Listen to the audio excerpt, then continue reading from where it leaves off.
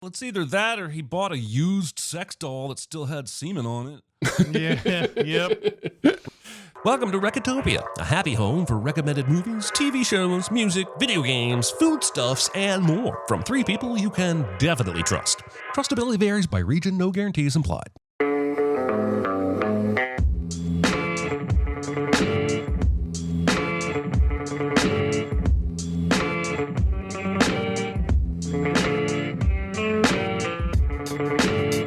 And now, here are your hosts, Chris Atkinson, Jeremy Scott, and Aaron Dicer. Daddy, what's coming out of the toy? I don't know. God, Michael, it looks like semen. I don't know. I just got it at the store. I don't know. What's semen, Mommy? Oh, it's just a liquid, Henry. It's just a liquid.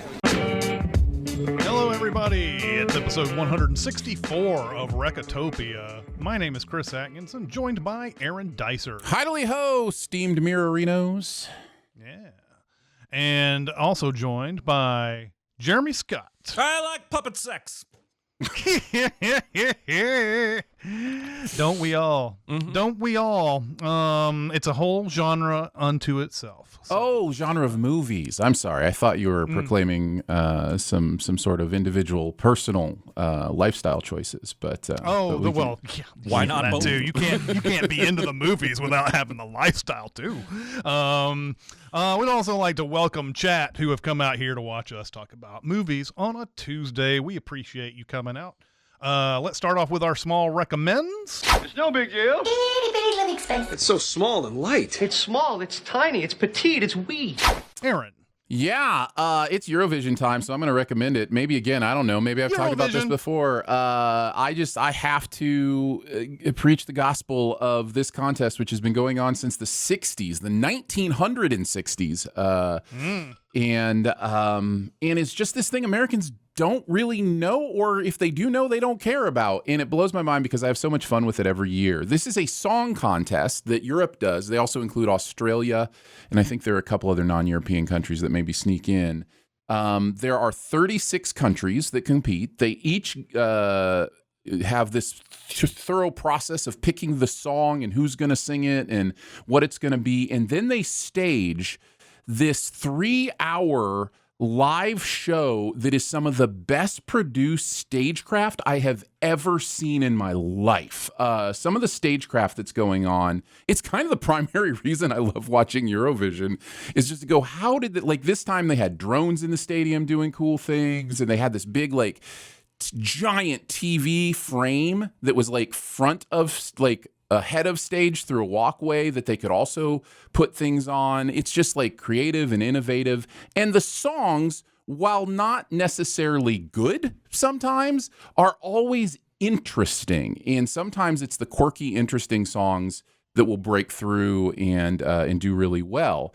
I'll tell you how this operates in a second, because that's another fun part of it. But it's fun to watch, specifically the final. If you're really into it, you can watch the semifinals. There are 2 semifinal nights where they whittle down to 24 acts, and then all of them perform at the final, and then they go to the voting stage. Now, the voting stage is interesting because every country that participates has a jury that awards votes. So they can award 12 points for first place, 10 points for second place, 8 points for third place, and then 7, 6, 5, 4, 3, 2, 1. So they will award that many countries a certain amount of points. So they will go through country by country. They will cut to them live in their country and say, what are your votes? They'll put their votes up on the screen, and they'll say, for 12 points, we vote for such and such a country. And then they'll celebrate, yay. And then you'll see these like standings shift based on what these countries are doing.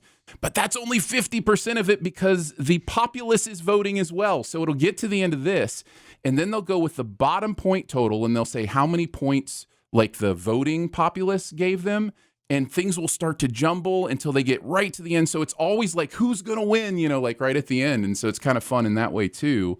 And then there are the fun moments where it's like, UK, which never does well because every other country hates the UK, which is how America would do in this show, by the way, if we submitted a song. Yep. Every other country hates the UK. So the UK from all the country juries ended up, I think, in like 13th or 14th place and had, let's just say 65 votes. So they're going through these countries, and you can get up to 450 votes from the populace. Usually countries are getting 12 votes, 40 votes, 120 votes, that kind of thing. They get to the UK, From the voting public, the UK receives 0 votes. Or 0 points, I should say. And a lot of that is also because you can't vote for your own country. So wherever you're calling from, you can't. If you're calling from the UK, you can't vote from the UK, that kind of thing. Anyways, I just have so much fun with this. This was this last Saturday when it happened. It is still available on Peacock. If you want to just go peep it and kind of see, man, is this something I might enjoy watching live, some year? It's quite a show. It's quite a fun show, and I like letting people know about it because, like I said, in America, it just kind of doesn't exist. Yeah. It may or may not appeal to me. I'm not sure, but I did like the movie that came out a few years ago. Yes. The Will Ferrell, Rachel McAdams, Dan Stevens movie. I was a big fan of that when it came out. But yeah, I don't know. I think I might enjoy this. I'm not sure. I may give it. Yeah, throw it on from Peacock and just kind of see if it's something you might like. Yeah. Jeremy, what do you got? I got an Instagram account that I have been enjoying following. It's a food chef influencer lady named Olivia Tiedemann, and her Instagram is Olivia Tied. This is the fastest rise to popularity that I've ever seen. Less than 2 years ago, she was a private chef in the Hamptons, and she just started posting videos. They're like a lot of food influencer videos in that they're cut pretty rapid. So what she spends 45 minutes doing, you see in the span of about 1 minute and 30 seconds. She's got great taste in music. She always plays like a rock song underneath it, and she always flips you off in the middle of the video somewhere. And I noticed her because I was on Reddit, on the food subreddit, and she started getting posted there by people almost every video, and half of that subreddit hated her, and half of that subreddit loved her. That's basically how the internet works. And now she's got 4.5 million subscribers. She's made content with Jimmy Fallon, Tom Colicchio, Giada De Laurentiis, Maddie Matheson, and her food looks great. I haven't had a chance to eat it, but looks really good. And so yeah, I really enjoy her content. She posts a couple times a week, and does a lot of collaborations with other food influencer people. And I just wanted to put that on your map. All right. Okay. I mean, man, I imagine all of these particular posts probably make you hungry in some way, right? They're just like they're like Chef all over again from last week. I will have to give it a look. I am not on Instagram. I'm old. I don't know. I don't know anything about that at all. I look every once in a while. I get sent some Instagram stuff that I watch. So. Yeah, I didn't know anything about Instagram a year and a half, 2 years ago, and now it's my very favorite. Despite being owned by Facebook, it's my favorite social place to go because the algorithm just feeds you more of what you watch, and I watch puppy videos and food videos and cat videos, and so that Instagram is my happy place now. If I need to pick me up, I just go over there and scroll for half an hour, and I'm smiling. Simmons is old. Yes. I think I exist how you do on Instagram on Reddit, actually, Jeremy. I think Reddit can be very catered because you can join certain communities. It's very similar. So, yeah, it's where I've kind of found my social place. I've never seen Olivia other than kind of doing research when you said you were going to talk about her. And it strikes me as the kind of person who you're just happy to see doing well. Like they seem to have a really fun, interesting personality. And it's just like, good. I'm glad they're getting some eyeballs on them. So, yeah, good stuff. Yep. My small recommend comes from Apple TV. It is called The Studio. It is almost over. I think there's like 3 more episodes left. I've watched 9 of the 9. I think there's 9 episodes out right now. 3 more left, I believe. It follows Seth Rogen, as you can see in the picture there, is a guy who takes over a studio, is given the job to be the head of the studio, and he's got these great dreams that he's going to make it like this art house type of thing, like back in the 70s again type of thing.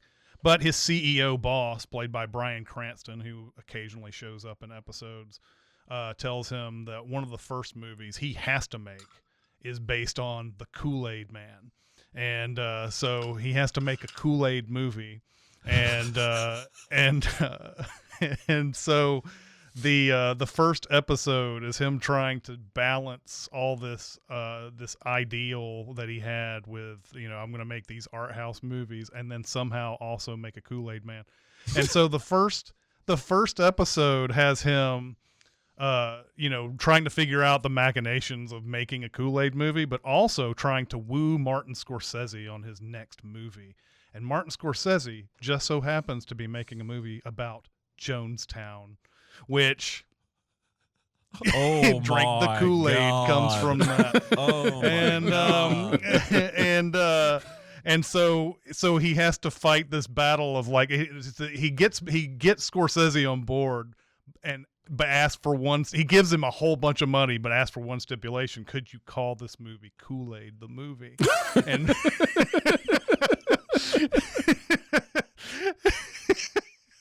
This show is so good. It's so good, man. It's so very good. There's so many episodes. Is everything that the franchise show was supposed to be. I've heard nothing but great things about this show. I'm so excited that you're loving it. But there are my favorite episodes, and it's shot really well too. There's a lot of like one takes that I'm sure they do a lot of hidden cuts with, but it's a very oh, this is all happening in real time kind of show on almost every episode. But my favorite one might be when they are trying to cast the Kool-Aid movie. And if I tell you that part, then that might ruin what I just told you about the first part. So I won't get that far. But each episode has these great, like, real Hollywood issues that they're having to deal with, and all this is why it's so hard to make good movies. And they have to deal with the business side of it. They got to deal with the creatives, and they've got to deal with their own like idea of what if they're doing the right thing. And there's one that's really the one that where Ron Howard makes a guest appearance where he makes a movie, and they are watching a rough cut of it, and they are loving it. It's 2 hours, a perfect movie, and then all of a sudden it goes on a 45-minute tangent that is slow and boring and doesn't belong there. But no one has the balls to tell Ron Howard that it shouldn't be there. And so there's this whole like trying to pass off like, should we tell Ron Howard about this being boring? And then you find out there's even more to it. The reason why that 45 minutes is in there that makes it even harder for people to tell him to cut it out. It's a really, really fun show. I highly recommend it. Like I said, after I've seen 9 episodes, I'm ready to recommend this wholeheartedly. Actually, after the first 2 or 3 episodes, I was ready to do it, but I wanted to get close to the full season and before I said anything about it. So yeah, really, really good. It's so good, and I did just look at it. I think it's just a 10-episode season, so I think the finale is the next week. I thought it said 12. Okay. So there's a finale next week. Okay. Yeah, and now's the perfect time to just hop on and binge what you want and just laugh and laugh and laugh. Every episode has this hook that is so clever and so interesting. You mentioned the Ron Howard one about telling a director to cut something personal to them. One of my favorites is when they're trying to figure out how to be sensitive to casting the Kool-Aid movie, and where that goes in the end punchline on that is so smart and interesting and thought-provoking and funny. And like I'm kind of blown away by this. I love it. And every time a new one pops up, I can't get to it fast enough. It's just so fun. Oh yeah. One of the fastest. I mean, it's only like a 30-minute show anyway, but it's one of the fastest moving 30 minutes that you'll see. Yeah. Yeah. It's good stuff. All right, let's get on to our big recommend, and this is Aaron's. So Aaron, take it away. I'm fine. It's just that you're so big. It's so huge. It's a good rule, but this is bigger than rules. It's bigger on the inside. Is it? I noticed. Okay, Anomalisa is a 2015 movie written and directed by Charlie Kaufman and co-directed, by the way, by Duke Johnson as well. It is Kaufman's first and only animated feature film, was financed through Kickstarter, and was the only rated R film in history to be nominated for the Animated Feature Oscar until last year's Memoir of a Snail. It unfortunately had to go up against Inside Out that year, though, which ironically would have been an amazing title for this movie as well. We begin in a black void of constant inane conversations before we see clouds in an airplane. It's not the airplane our protagonist is on, but it is the airplane the protagonist can see from the airplane he is on. His name is Michael, and he takes some pills and pulls out a letter for some light reading. The letter is visually narrated by a woman with a man's voice and a generic face who swears at him for walking away after all the things he said and also all the sex they had. The plane lands and the crew member with the same voice and face as the breakup woman welcomes them to Cincinnati. His seatmate is apparently holding his hand and also has the same voice. And yep, that's going to be a thing. Every voice he hears sounds just like that Tooth Fairy serial killer guy from Manhunter and has the same dull, stupid face, except for his own voice, which sounds like the god Ares from Wonder Woman. Anyhow, he makes his way through the airport and catches a taxi to his hotel. By the way, taxis were the place where you had unwelcome conversations before ride shares existed.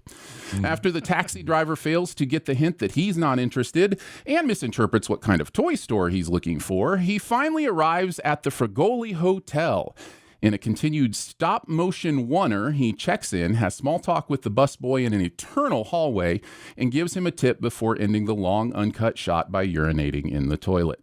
He heads into the evening by ordering some room service through a confusing set of phone buttons. He then makes a perfunctory phone call home to his also serial killer-voiced wife and child. Before getting some practice on his customer service speech for tomorrow, he decides to play a little Rear Window on a guy who's just trying to have some personal time with his computer. After pouring himself a drink and starting to practice his speech again, he's interrupted by a vision of the same woman from the letter earlier. He then looks up the name Bella Amorosi in the phone book. By the way, phone books were the things you used to find a way to connect with old flings while in town for business, and not hoping for an affair at all, just wanted to connect. But also, do you want to get a drink together? And also, I don't care about your weight gain or fake tooth, but I'm totally not hoping for an affair, just some drinks. Did I mention that before social media existed? They do indeed meet for drinks and rehash the pain of how he hurt her, straight into him asking if she wants to have a drink in his room, which goes just about as well as you would expect. He then finds his way into the wrong kind of toy store, and Toy Story, for that matter. That would be an interesting version of Toy Story, for sure. Where he is mesmerized by an antique Japanese sex doll. Back at the hotel, he emerges from a battle of water temperature in the shower to see some strange things happening to the lower part of his face. But just at the moment he seems about to discover something, he hears a voice that isn't the Tooth Fairy killer. Frantically, he flops his stop-motion genitalia around to get some pants on before knocking on several doors, just hoping to find this person. He then finds eventually a couple of fans of his book in a random room, and one of them is the different voice girl. Her name is Lisa, and she's the stereotypical single white female. But he thinks she has the voice of an angel. He seems aware that her voice is different and immediately fascinated by her.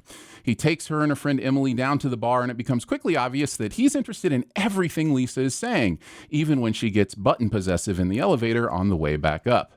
Emily is all into him, but he finds a way to ask Lisa instead for some drunk sexy time and also not offend Emily too much, though I'm not sure that that is the primary ethical navigation we should be worried about at this point. Lisa opens up about her insecurities and is brave enough to sing a bit of Cyndi Lauper, and it moves Michael to tears. A bit? Sorry, I'll rephrase. Lisa opens up about her insecurities and is brave enough to sing all of the Cyndi Lauper, and it moves Michael to tears. And then they kiss. And then Lisa tells him she feels like an anomaly, and the titular portmanteau is born. And speaking of titulars, I guess when Lisa admitted earlier that she didn't know what turn-down service is, she wasn't lying, because she does not turn down any of the services Michael offers her after that in the most explicit stop-motion sex this side of Team America World Police. The next morning, someone from the hotel rings with a matter of some delicacy to chat about. So Michael finds his way down to the cavernous office of Mr. Gill, whose office is so big he needs a golf cart for guests to get to him. Are the metaphors in this movie getting more and more literal? After driving the golf cart to Mr. Gill's desk, Gill tells him that he's in love with him and would rather he be having an affair with him and not Lisa. In fact, anybody else, just anyone else could have an affair with him, just not Lisa. This understandably freaks Michael out, so he runs back to get Lisa to safety from those freaks, but not before having the bottom half of his face fall off. That's right, you heard me, his face fell off. Deal with it. Also, it's actually all a nightmare. Or is it? Yes, it is. Anyways, the next morning, over some scrambled eggs, Michael tells Lisa he wants to divorce his wife and be with her. She says it's all very sudden, but agrees before he immediately complains about the way she eats, gaslights her about being controlling, and snaps at her for speaking with her mouth full. But when she starts talking about going to the zoo, just moments later, her voice starts morphing into the same voice as everyone else until all he hears as he says he will see her after the as if it's all he hears as he says he will see her after the speech, but we know he won't. Let's just say the speech doesn't go very well. He's talking about customer service and treating people like individuals, but it's clear he's having a breakdown inside his solitary, lonely, and purposeless head. You can hear a smile. Smiles are free. And also, the president is a war criminal. Great speech, honestly. He manages to eventually gather his thoughts, but they're all hollow and meaningless now.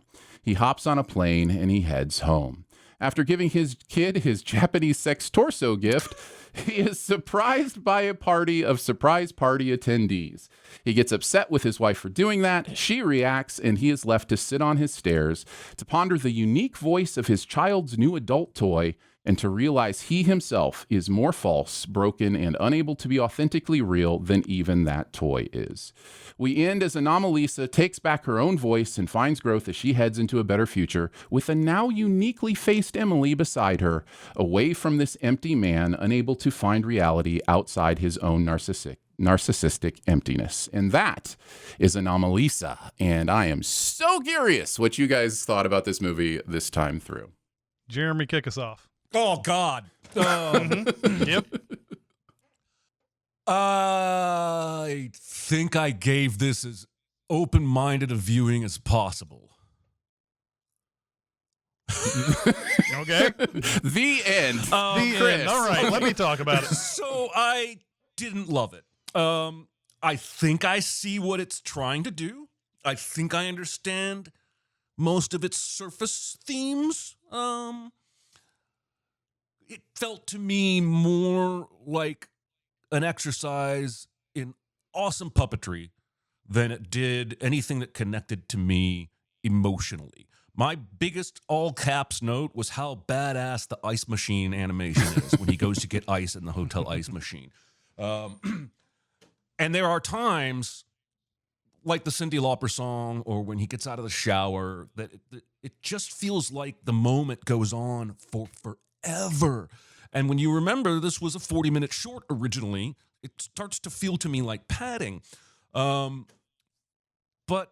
there's artistry here. Again, the stop motion work is incredible. It's a completely different visual stop motion style from that Pinocchio movie that Del Toro did, but it impressed me on the same level in terms of what they were able to accomplish. Like even that oneer that you're talking about at the hotel, like there's just a lot of impressive puppetry and stop motion work, and that's what I was left with more than anything in the story. And I don't know why. I would never be inspired as a creative person to tell a story about a person like this. But I recognize that Charlie Kaufman and I are not the same person. And everybody is inspired by different things. And you know what? This movie has a really good score on Rotten Tomatoes. People love it. Well, just because I didn't love it, that doesn't mean you won't love it. But no, I did not really connect to the film. And I apologize that I can't give more cheerleading. But I have now seen 3 movies where puppets have sex. And I just think that's worth noting. And if I get to 4 or 5, I'm retiring. All right. I love this movie.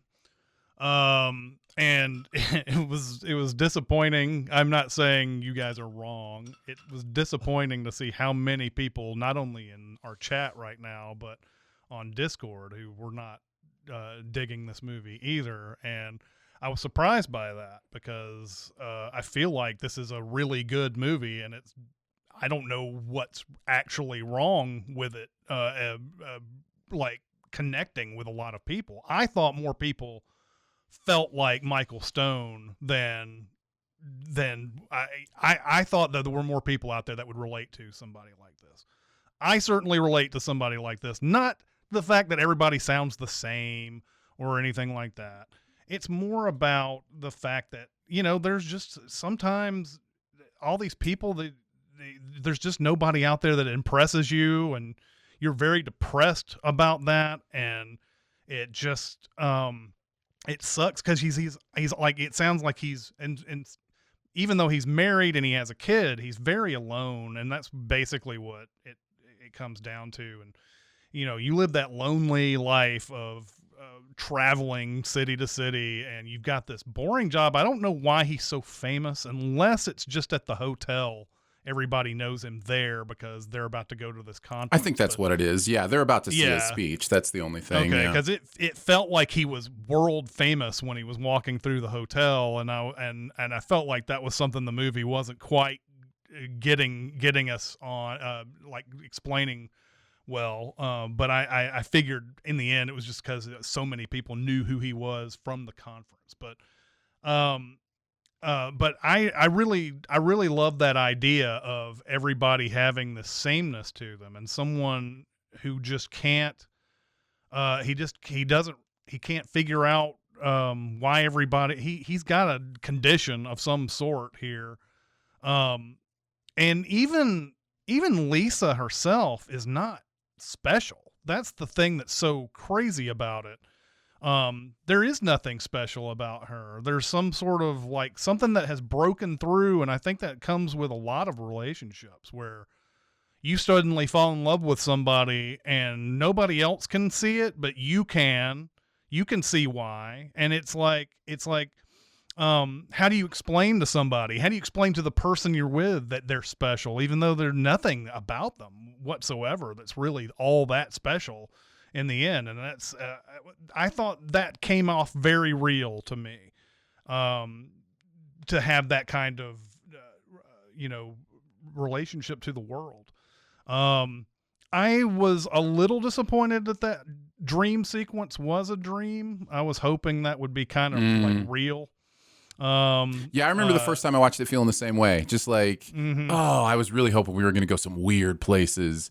And it's just nah. And with Charlie Kaufman sitting there, I mean, that is the most Charlie Kaufman part of the entire movie, is that dream and having to take a golf cart to the desk and having this for no reason hole in the middle of the office that you can fall into. The sunken meeting place. The sunken meeting place. That was a thing for a while. Do you remember that in houses they would build those, anyways, like couches around a sunken square? Build couch pits. Yeah. Yeah. So weird. Yeah. So yeah, I don't know. This kind of character appeals to me on a level, and all the little mundane things at the beginning are funny as hell to me.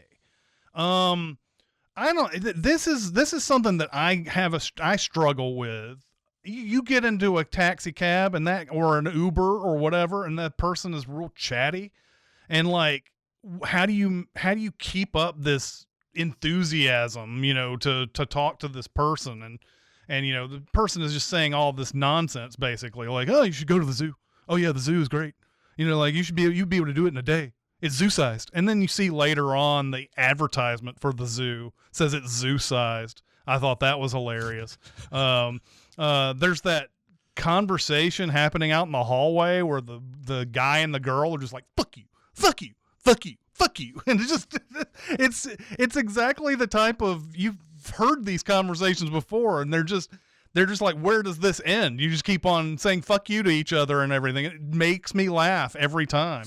And this is exactly the type of, I don't know how many people out there have watched this movie, have been to Cincinnati, but this is the type of thing, by the way, that you hear all the time. You hear about the zoo and you hear about the chili. You hear about the chili all the time. Oh, they put chocolate in the chili. It's amazing and blah, blah, blah. I've never had Cincinnati chili, but that's apparently what's so good about the freaking chili in Cincinnati is that they put that. And they have what's the 24-hour place or whatever that everybody loves going to? I can't remember. Skyline? Huh? This is Skyline? Skyline chili. Yeah. Skyline. That's it. So when I went to Louisville for training, when I was going to work for Kroger, everyone there told me not to eat at Skyline. Mm-hmm. Yeah, that's what I've heard too. So I think Skyline might be one of the things that people outside Cincinnati or that area, they come in and they're like, oh, we got to try that Cincinnati chili over spaghetti. But the locals are all like, no, that shit'll wreck you. Yeah, I've been to Cincinnati a couple of times. I've never had the chili. I've never been to Skyline. So, but I think this is such I feel like Charlie Kaufman has definitely been there and has really done his homework on what it's like to go there. And I like even the detail that they go to the Cincinnati / Northern Kentucky airport, which is exactly what it's called. But anyway, I love all of this. I went and rewatched all the behind the scenes features that are on the Blu-ray, and there's a 30-minute making of on this that you think you know how much work went into this until you hear them actually talk about it. Now, I understand the work that they put into the animation and everything doesn't necessarily make a good movie for a lot of people. But once you do love the movie, seeing all the different details and everything is astonishing. Like all the different, we see the face fall off during the dream sequence. Like that's how they got the expressions of all these things. They build like 100-something different expressions for each of these puppets. The two puppets were modeled after real people. They what was it? So. And then like all the sets and stuff. I'm sitting there thinking that because they built apparently 15 sets, it ended up being 21 or something like that when it got done. The one of the biggest challenges they had was they were filming during the summer, I believe. So they would, it takes forever to do stop motion. You have to set everything up perfectly, and then you have to adjust something slightly.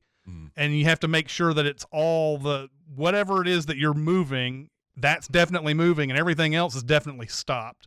And the camera has to be in the same spot and all that. So they were hoping the animators would come out with 48 frames a day, but that wasn't, and 48 frames is 2 seconds, by the way.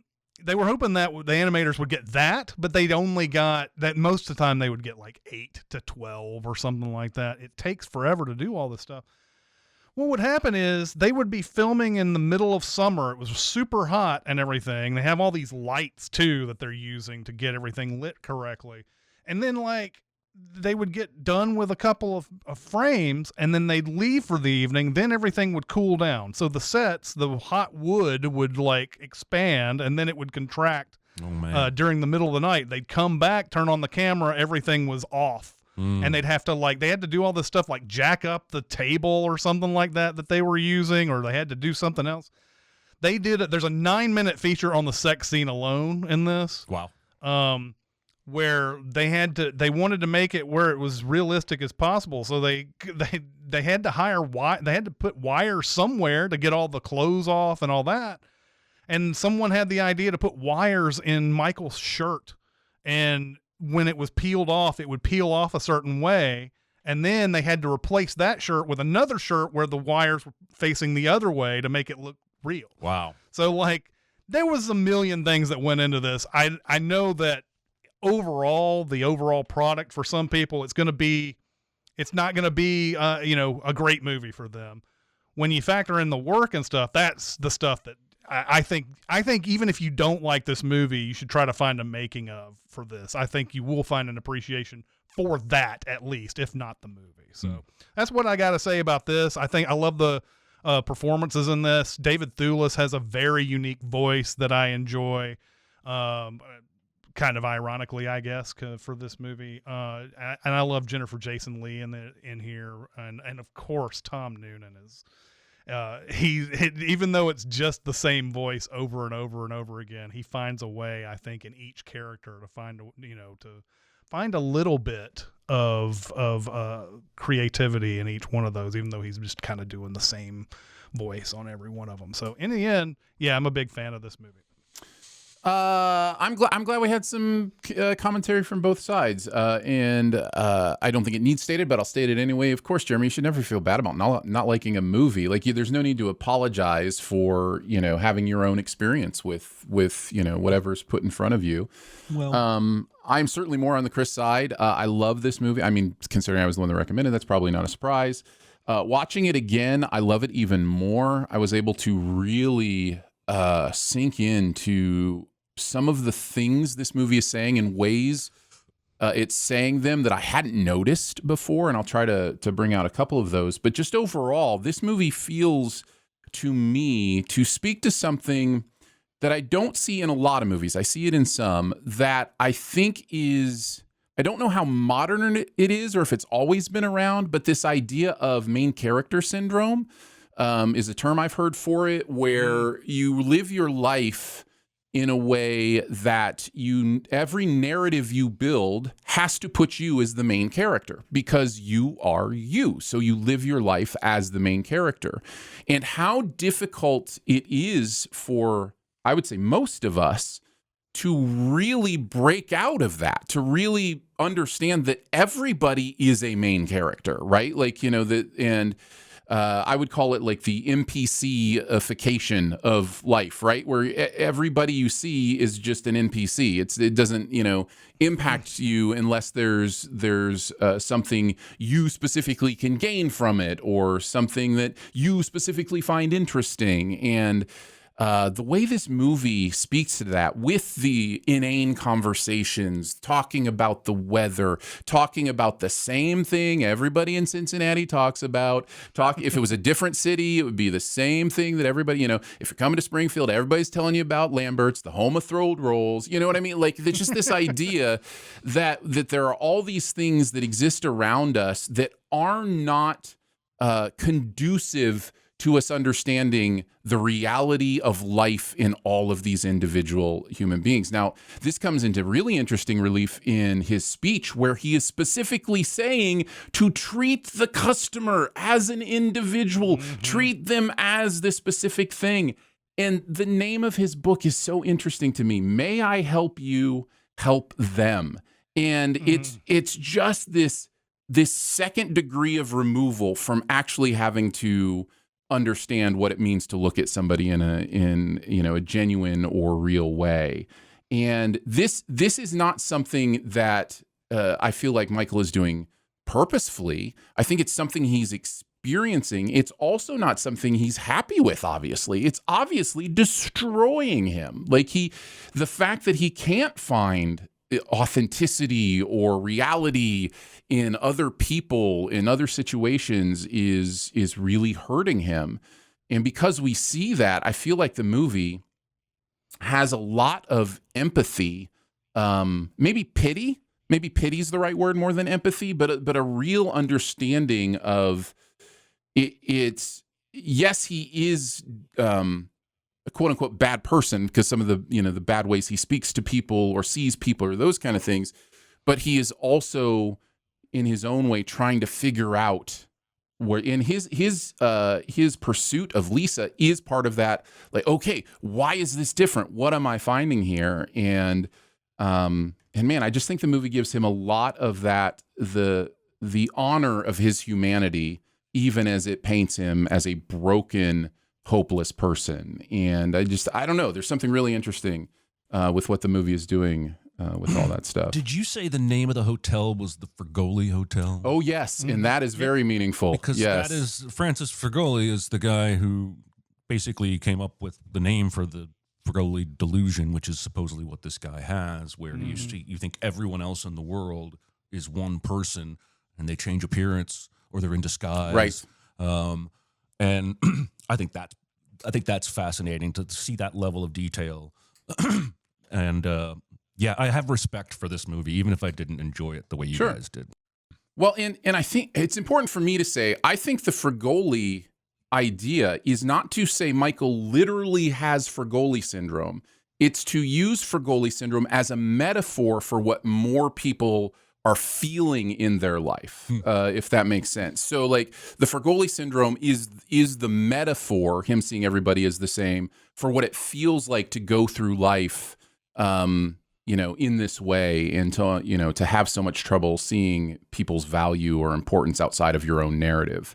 That, again, that's my interpretation, but I don't think it's supposed to mean literally he has this syndrome. I think it's supposed to be a representation of something that he's going through.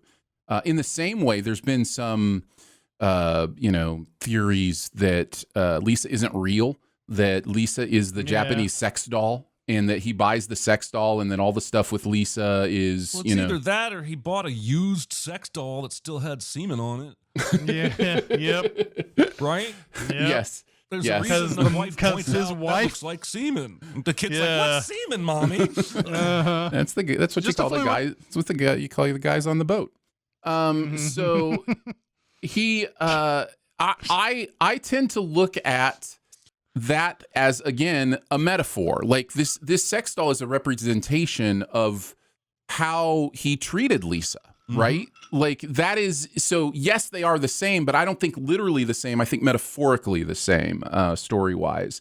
I don't think it's a big theory thing for me as much as it is an example of, at the end, him staring at that sex doll going, oh, this is how I treat people, or this is, just as interesting. Because notice the sex doll also has a unique voice. So like there's definitely something going on there where like, do you use people, see them as, this thing that exists for your story, or do you understand their own stories? And I do think very specifically the movie ends the way it does to drive home that metaphor, specifically with Lisa's friend Emily now having a unique face in that last scene.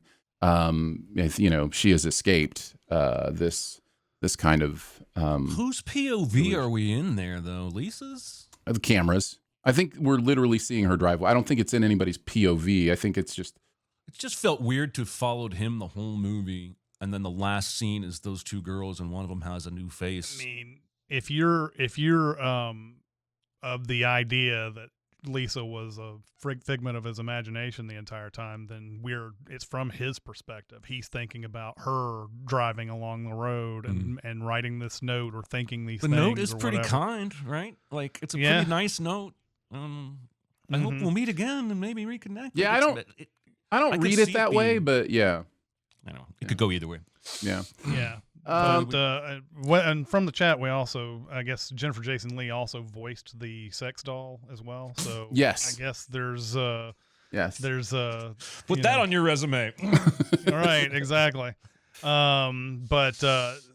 I guess if you're in that theory, then then you can continue that along there. Like, she never was real, and he was hoping so hard to find somebody real that it ended up being just the sex doll the whole time.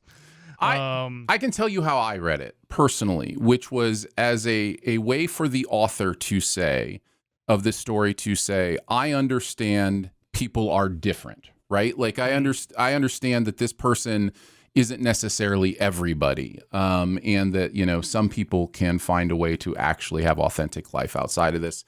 Just as a little hopeful note at the end, somebody in the comments mentioned it might have been a studio note to have a little bit of hope at the end. I don't know. I don't think there was any studio notes on this movie. Yeah, it was Kickstarter. Yeah, it was a Kickstarter, and it was also the Starburns Incorporated, which is a part of what's his name, Dino Stamatopoulos, or one of his brother's name. I can't remember. It's Stamatopoulos is his name. They created a whole company with Dan Harmon to make this movie, and then I think they sold it to Paramount afterwards. So I don't think Paramount was sitting there going, we need to have this and that. This movie almost didn't get made. They were almost ran out of money during the making of it. So I don't know if it was a studio note. It would have been a bizarre studio note from them. I think pretty much Charlie Kaufman and Duke Johnson were calling the shots. Yeah, I think so too. The only other one thing I wanted to mention was the song over the end credits where Tom Noonan sings this "None of Them Are You" song. Is for me worth sticking around for. I just that song is so interesting, and the way he sings it is so atypical, as to one of those songs. It just it makes it really interesting and fun. He said something in one of those that he was upset that he wasn't going to be able to do different voices, because in the earlier version, which was just them on stage basically doing a radio version of this thing. So it was like 2 days in LA, they did a radio or just an audio version of this. And everybody knows that when Tom Noonan is doing a voice there, that he's I think he was allowed to kind of do a little bit more with it. And then when it gets to the movie, he was like, "Oh, we want you to be the same." And he was like, "I was worried that maybe that people didn't think I could do voices or something if I did it that way." Yeah. But I went ahead and did it, and I think it was good for the movie or whatever. So, yep. All right, let's get on to the super secret double feature.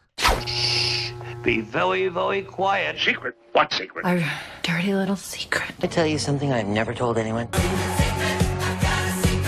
And I will kick us off. I've got 2 movies in mind. I will only say one, and I'll say the other after Jeremy is done with his. But the fact of a person looking for something special and not finding it throughout the movie, and is finding flaws with other people throughout so that they can find a way to be shitty to other people and everything, reminded me a lot of High Fidelity.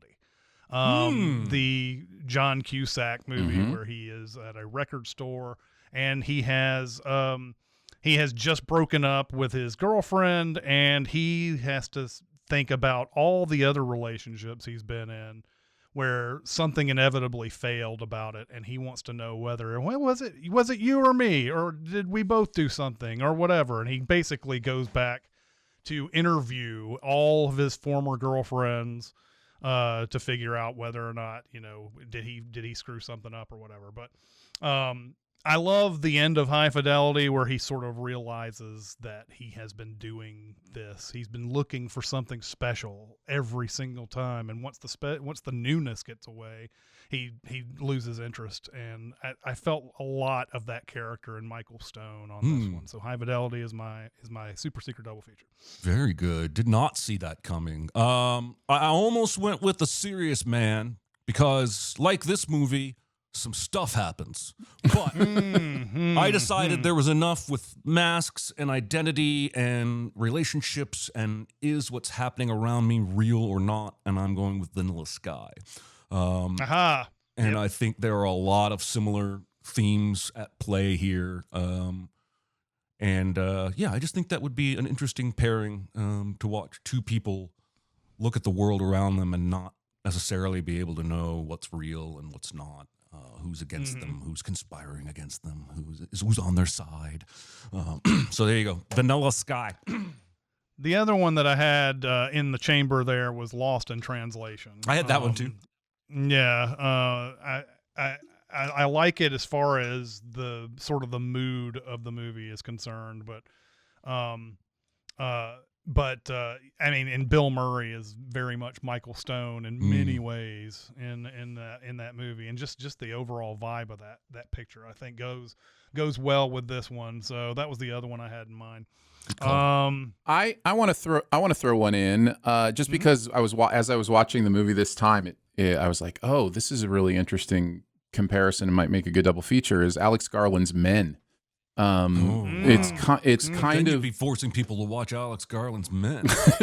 Yeah, I'm a bit of an apologist for that movie, but it is kind of the similar thing from the opposite perspective, right? Like there's it's from the Lisa perspective. What are the things we deal with when we think of how in gender roles how a woman sees all men as the same. So yeah. Yeah. I'm laughing at the comment that says another Me movie too. that sucks. Nolan, Good choice, Aaron. Nolan says another movie that sucks. Good choice, Aaron. I am who I am.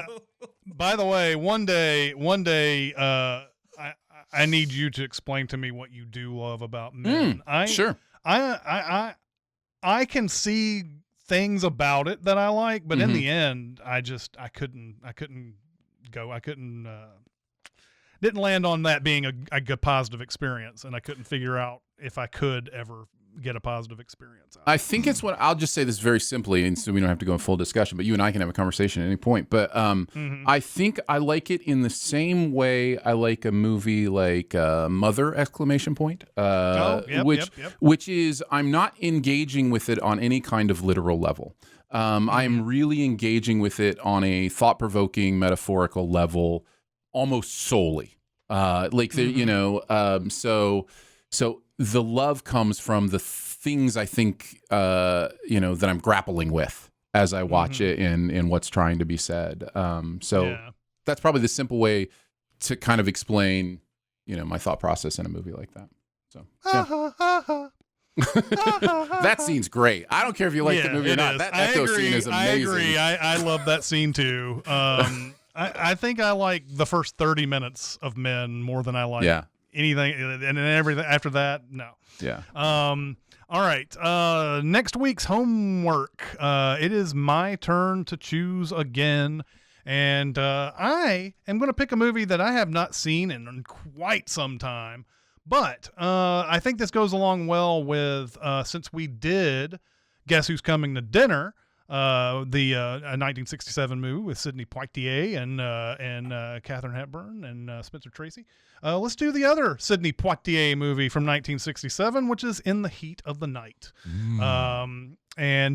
This is a really good mystery story with, of course, because it's set in Mississippi.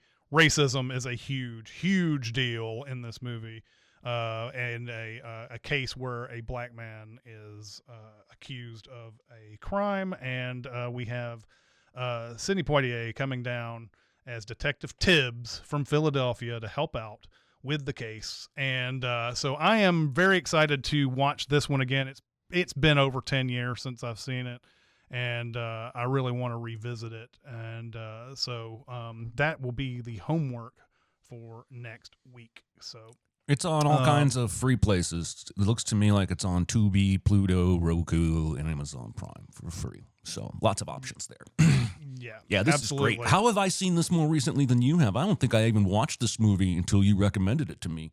I don't know. It's been a long time. It's just one of those movies that I'm like, I need to watch that again, and then I don't for whatever reason, and now I'm going to force myself to because it's time to get a revisit on it. So it looks like we have time for a question or two, so let's go on to that. Question. I got something to say. I want the truth. I am listening.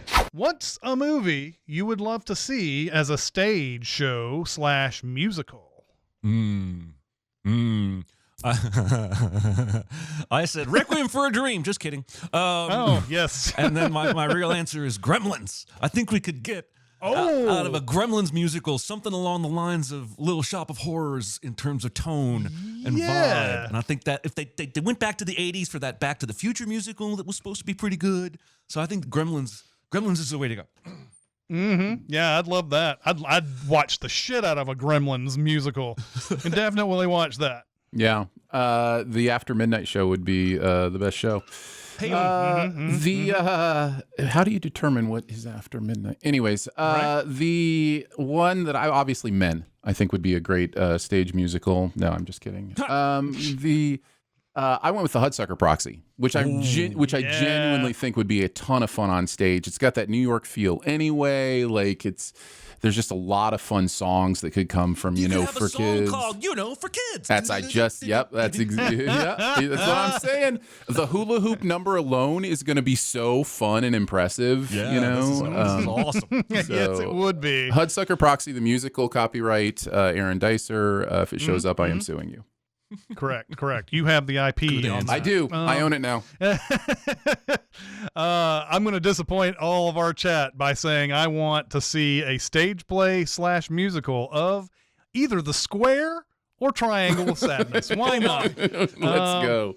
That's right. I think that would be awesome. I think these two movies lend themselves to stage very, very well. And I think making a whole bunch of people uncomfortable inside one of those stuffy Broadway theaters would be amazing. Well, and so Triangle of Sadness is already split up into 3 acts, basically, as it is. So that's a natural trimming place there. I think that could work. I'm not sure I would be on the front row, but I think that could work. Yeah, you wouldn't be on the front row, and especially if, like in the Square, they decided to make it interactive or something like that. You know, can you imagine? Can you imagine that they make the Square interactive? Well, he would come after me because I'm clearly going to be the alpha male in the room. Clearly, definitely would. He definitely would. Looking over at the chat, let's see. We have Paulie says Glass Onion would be a great stage show. I think basically anything Knives Out would be a great stage show. Yeah. Absolutely. Castor says I think a lot of Coen Brothers movies would work there. Yep. Reformed Florida Man, is there such thing? Says Fargo as a play. I think so. I think definitely. Castor says, I choose Oh Brother, Where Art Thou, since we're in the middle of the Coen brothers here. And then Alan says Jurassic Park would be pretty good. I agree with you. I think that would be an amazing stage show. That could be awesome. You could do something with that for sure. And then we have, what is it? Nolan says Megalopolis stage play. Hopefully we can make it make sense or not. I don't know. I don't know what I want there. Lang says, The Revenant. Ooh, having a bear attack on stage. That would be insane. That would be insane. All right. That's going to do it for this week. Once again, chat, thank you so much for coming out and watching us talk about movies today. I know that it wasn't a super popular choice, but hey, I'm with Aaron on this one. You guys can be with Jeremy. You guys can be with Jeremy all you want to. That's fine. That's fine. That's the way. That's the reason why we all have different tastes and whatnot, and no one should tell you that you're wrong except when Aaron says stuff. But that's going to do it. Next week is In the Heat of the Night from 1967. But we appreciate you guys coming out, and that's going to do it for this week. We'll see you next time. See you guys. Bye. Be a part of the live show by being a member of the Sin Club at Patreon at patreon.com/cinemasins. Chat with us on the Cinemasins Discord at discord.gg/cinemasins or Cinemasins Twitter at Cinemasins, and email any comments or questions to Recotopia at cinemasins.com. That's RECOTOPIA at cinemasins.com.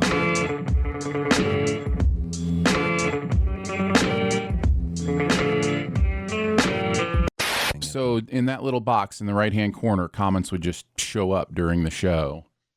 So then what's going to happen when one viewer's like, fuck, fuckity, fuck, fuckity, fuck? I don't know. I'm guessing it will show up. Happens.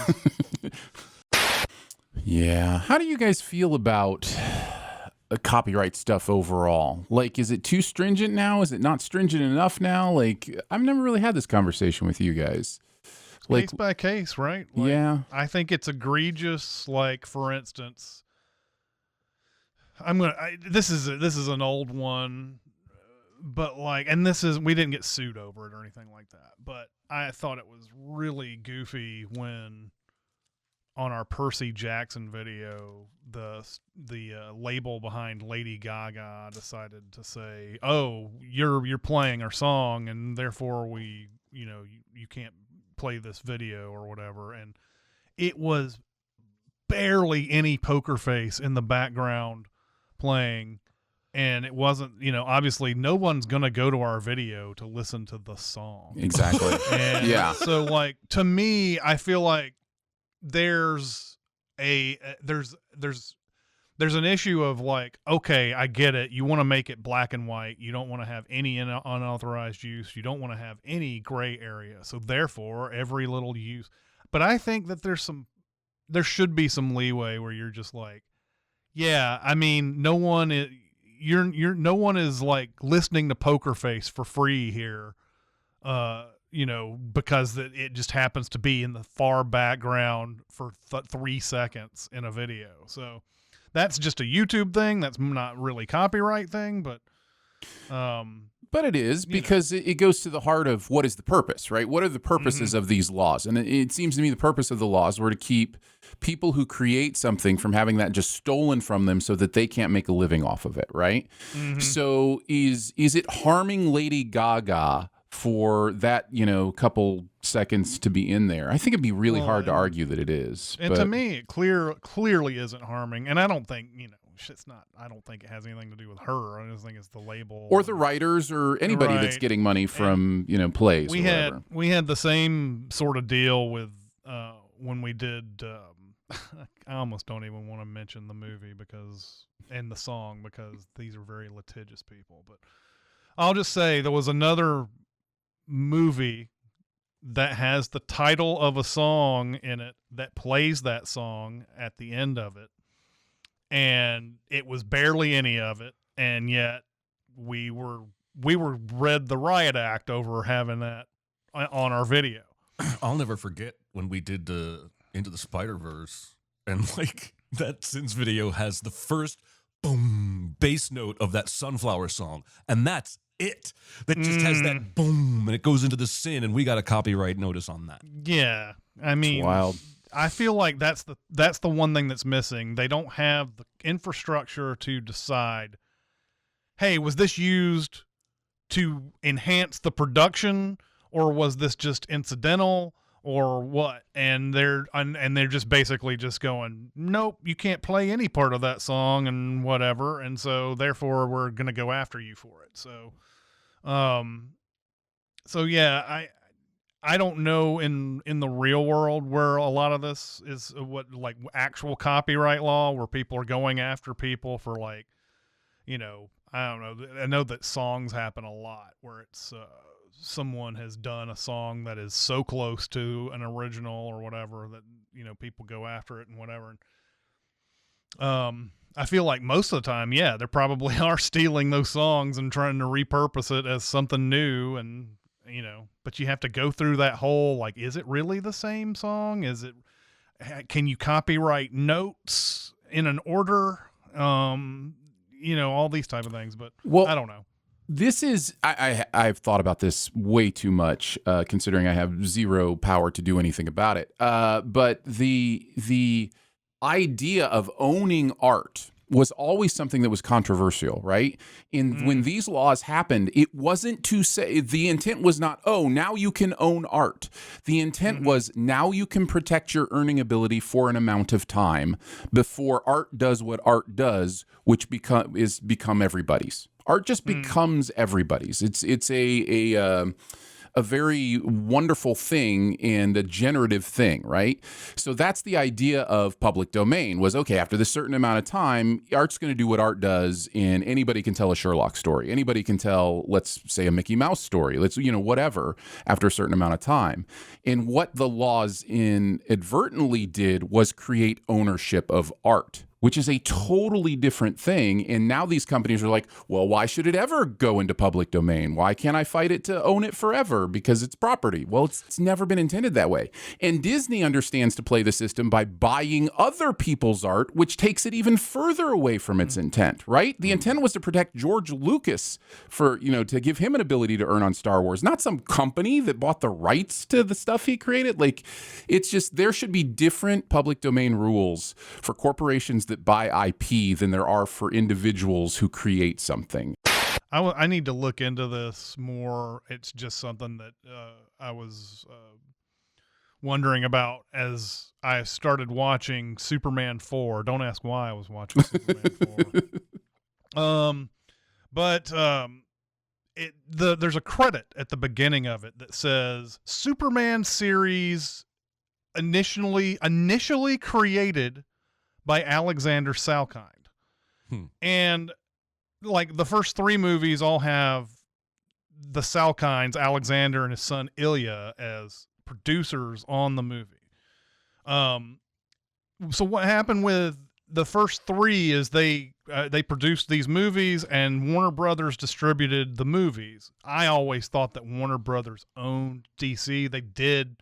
Even back in the 70s, they owned DC, so I don't know to what extent they didn't own Superman, because the Salkinds owned Superman, and they were bringing it to Warner Brothers. From what I understand, I don't know the whole story, so this should not be but that's not the point as to who owned what and whatever. I just think it's interesting that when they did the fourth movie, the Salkinds sold it to Cannon Films. Cannon Films was a studio in the 80s. It was cranking out all sorts of, like, you know, a lot of cheap product and stuff like that. They sold Superman to them, and now I'm sitting there going, but isn't Warner Brothers and I guess they weren't. I mean, Warner Brothers did come out with Superman 4, but they used Cannon Films as the creator of the movie or whatever. So I'm like wondering how all that works too. Like, two guys own it, and I guess they sell it to Warner Brothers, even though Warner Brothers has all this DC property. Maybe they had everything DC except Superman or something like that. It's a fascinating story to me. Well, then once you leave America and you start looking internationally, it gets even more fractured and weird. Yeah. Like, there was a lawsuit to stop James Gunn's Superman from playing in certain countries because some random company has the rights for Superman in those countries or something. Wow. They worked it out. It's going to open in those countries. They probably just wanted a payday. But yeah, the idea that Warner has already filmed a Superman movie, they're in post-production, and then out of the woodwork comes, you're not going to be able to show it in that country because I happen to have the rights to that, and you just didn't know it because that's how complicated copyright is. Every bit as important as the copyright discussion, I have just realized I forgot to shave my mustache this morning in the shower. And that's going to be a very weird, it's going to be strange for me until I get back there with the razor and fix it, but I'm showering with one hand these days because of my freaking lame thumb. And so I've got my left arm up in the air and I'm trying to, like, shave like this. So of course, I missed a bunch of spots. I'm showering with one hand these days. The Story of My Adolescence by Aaron Dicer. That's correct. That's correct.